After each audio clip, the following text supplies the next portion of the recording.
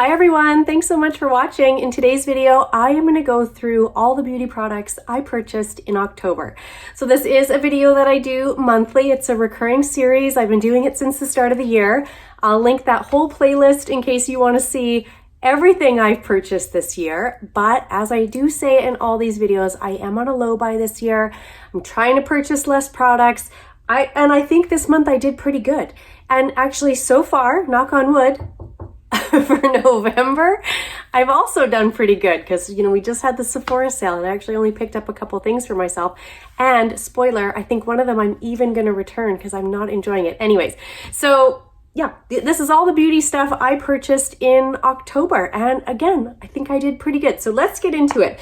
The only makeup product that I purchased, so even though I did purchase the Sephora Savings Events products at the end of October, was it October 31st, maybe even? But regardless, I didn't get those products until November. So I'm going to count them in my November purchases. So the only makeup product that I purchased in October was this Scattered Lights eyeshadow. It's a single shadow from Hourglass.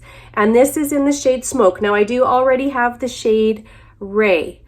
I love these. It's not what I have on my eyes right now. I have my Shop My Stash products on my eyes right now, but I do wear this almost every single day and I love it. It's just this beautiful, it's hard for me to get in to do a swatch because my nails are long and I can't get in there, but let me see if I can get you a little swatch of this. I absolutely love these Hourglass Scattered Lights. It's this beautiful color, first of all. I just love this color. I think Smoke is such a nice way to describe it. And you can see it does have a shimmer to it, but it's so soft. It even looks nicer in person. Like when I'm looking here, it doesn't look as nice as it does in person when I'm looking at it. It's so beautiful. It's so soft and smooth and it applies effortlessly. I just take a flat brush and I put it on. It couldn't be easier. And then I will just sort of buff it out a little bit around the edges. It doesn't crease in the day. It wears beautifully. It lasts all day. I don't get fallout. There's no glitter fallout. It's so beautiful, you guys. It's for sure one of my top products this whole year that I've tried. I just love it. I just love it. And so that was a really good purchase for me. So that was actually the only makeup product that I purchased other than the makeup products that I received in my BoxyCharm box. Okay, if you're coming in, come in, but be good. Say hi to everybody. Say I have to be in here because I'm nosy. Bert, Bert. I'm a little bird. Thank you. Oh, now your sister's out the door. All right. Okay. Look at her. She absolutely hates being held. Lou, you haven't said hi in a long time. How's the Lulu? Okay, you girls go lay down. I did purchase some skincare products, and these are all just repurchases for me. I grabbed 2 new sunscreens, so I was out. And this is the Australian Gold Botanical 50. It's a sunscreen I have been using forever, like for years and years and years, and I love it. And the reason that I was out is because my son started asking me about skincare, and the first product that I told him to start wearing was a daily sunscreen. And so I did have one of these on backup, but I gave it to him to use and he's really enjoying it. And my other one was very low. So sometimes I can order these on Amazon, but I had to order them from well.ca, and I do typically get 2. Because sometimes these can be a real struggle for me to find. So I picked up 2 sunscreens just to repurchase. And then I picked up a Heimish All Clean Balm. I do get this off of Amazon. I think these are about $25 and I go through about one a month. It's my favorite cleansing balm. And I've been repurchasing this for, again, probably same as the sunscreen, probably that 8 years, somewhere in there. So that's this skincare that I repurchased. And then I did purchase a few hair products actually, which I feel like I don't purchase hair stuff that often because I don't really go through hair stuff. I did pick up a hairspray. This is Tresemme Ultra Fine Hairspray. It's number 3 is the hold, I guess. Yeah, you know what? I don't notice a difference from expensive hairspray to cheap hairspray. I feel like hairspray is hairspray. So I just get mine at the drugstore, and this is the one I typically get. It's the Tresemme, and I buy it because it's fairly inexpensive. I don't use hairspray every day. Usually only when I put my hair up just for flyaways or whatever, I'll use a little bit of hairspray. But also, side note, this bun today took me more time to do than if I would have just washed my hair and styled it. I don't know what was going on today, but 45 tries later for that bun. So I know my hair looks a bit of a mess, but just know this took an hour. Okay, anyways, then I picked up, girls, Louise. I'm up here filming because my husband's working from home and he's downstairs. I can't film downstairs. So I'm up here. So the dogs have to be up here. Lou is snorting. I also picked up a shampoo. I really wanted to try something incredibly hydrating. So I have very, very dry skin everywhere. And so I was using Head and Shoulders for shampoo, which I know, I mean, just my hairdressers have always said all the years I've ever been talking about using Head and Shoulders about how hard it is on your hair and on colored hair, color treated hair. And of course I do have color treated hair. And so I was talking to my hairdresser this last time because I saw a TikTok where a lady said, lots of people think they have dandruff, but they don't. What they have is a dry scalp, which is not necessarily the same thing. And I thought, well, that's weird. Do I just have a dry scalp? So I was talking to my hairdresser about it. And so she really took some time and looked at my scalp and she said, I don't think you have dandruff. I've never noticed any dandruff. I think what you have is just a dry scalp. And it's funny, my scalp is not dry here. My scalp is only dry in the back. But when I scratch, I do have flakes. So I just always assumed it was dandruff. But anyway, she said she didn't think it was dandruff and she recommended a few things. And one of the things that she recommended was buying some sort of really hydrating shampoo and conditioner, which I already use a really hydrating conditioner.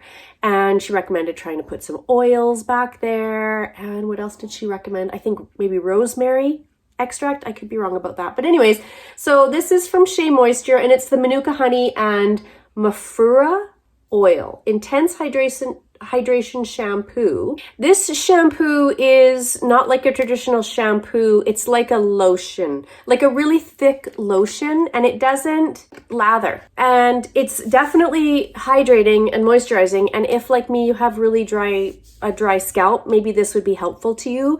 But I feel like for most people, if you produce any oils, this would be too much. Because even for me, with my level of dryness, this is a lot of moisturization in my hair. And I'm not sure it's helping with the dryness issue that I have. So I'm on the fence a little bit about this, but I wanted to mention it because I did pick it up and I am using it. And it's not that I'm not enjoying it, I'm just not sure it's doing what I was hoping it would do for the dryness that I have. And then the last hair product I picked up was this product from Hask, and it's a Biotin Boost 5-in-1 leave-in spray. And I wanted something that was detangling, hydrating, and a heat protectant spray. And so I found this. There's lots I like, but they tend to be more from Sephora, and I'm trying just not to spend that price point on hair products. So I found this at the grocery store. It was in like the health food section. It was really hard for me to find in the drugstore some kind of heat protectant spray. I don't know if it's just where I live, but I searched every time I would go into different drugstores locally and I just couldn't find anything. And I actually found this in the drugstore. Okay, and then, so that's everything I purchased, you guys. And then my BoxyCharm box is the last thing. I do count it in this because I do pay for it. So in my October BoxyCharm base box, from Half Caked, I got these 2 brushes and they're super cute and I'm really enjoying them. This one I think is a concealer brush. Yeah, this is a concealer brush. I don't typically put my concealer on with a brush, so I haven't used it for that, but I have used it just as a super fluffy crease brush and it works fine. And then this is the foundation brush, 110 complexion brush. And I've used it quite a few times to put on my foundation and I'm really enjoying it. I was happy to get brushes because I hadn't got brushes in quite a while. And then from St. Luxe is this setting spray. It's almost empty, you guys. I've almost used this up. I love it. I absolutely love it. It's very dewy, and it just leaves my skin looking very hydrated and healthy and glowy. And so I've almost used this up in the, 3 weeks that I've had it. I wish this bottle was twice this size. I did see it in the Boxy pop-up sale, but I have lots of setting sprays I need to get through, so I didn't pick it up. And it is quite a small little bottle. Yeah, kind of 2.5 ounces. So I am going through it kind of quick, but I am really also enjoying it. And then I got from Natasha Denona the Cupid Cheek Duo Cream Blush and Highlighter. And now keep in mind, I've only used this a handful of times. And sometimes it takes me a while to come to love some of my makeup products. Sometimes it doesn't. Sometimes I don't like them, and I didn't like them right away, and I don't like them moving forward. I will say this, the cream blush is nice in consistency. It is very balmy. But can you see how it has that gold shift in it? I don't like a shimmery blush. I prefer a more, it doesn't have to be totally matte, but I don't like it shimmery. I just feel like it's not flattering to me. So I have to play with it a little bit. And then, to be honest, the highlighter I find a little chunky. So I'm not loving that as much as I was maybe hoping I would. I wonder if I can somehow show you the shift. Not really. Maybe a little bit you can see it.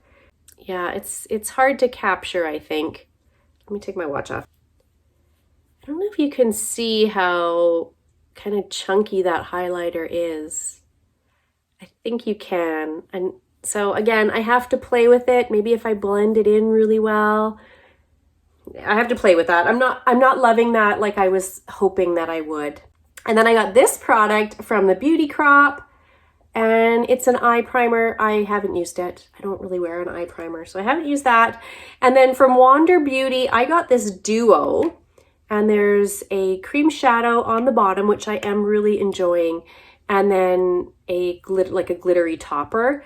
And it's just a little bit chunky, that glittery topper, and it really emphasizes the texture on my eyelids. So those are those two there. You can see it's funny. This looks quite champagne-y in the pan. However, let me show you this. So that's the cream shadow there. It's actually quite a deep shade. And then that's the topper there. Yeah, so it's funny. I am pretty positive that this was the choice item. And what I actually picked was this dual-ended complexion product, which was like a blush stick blush on one side and a stick highlighter on the other.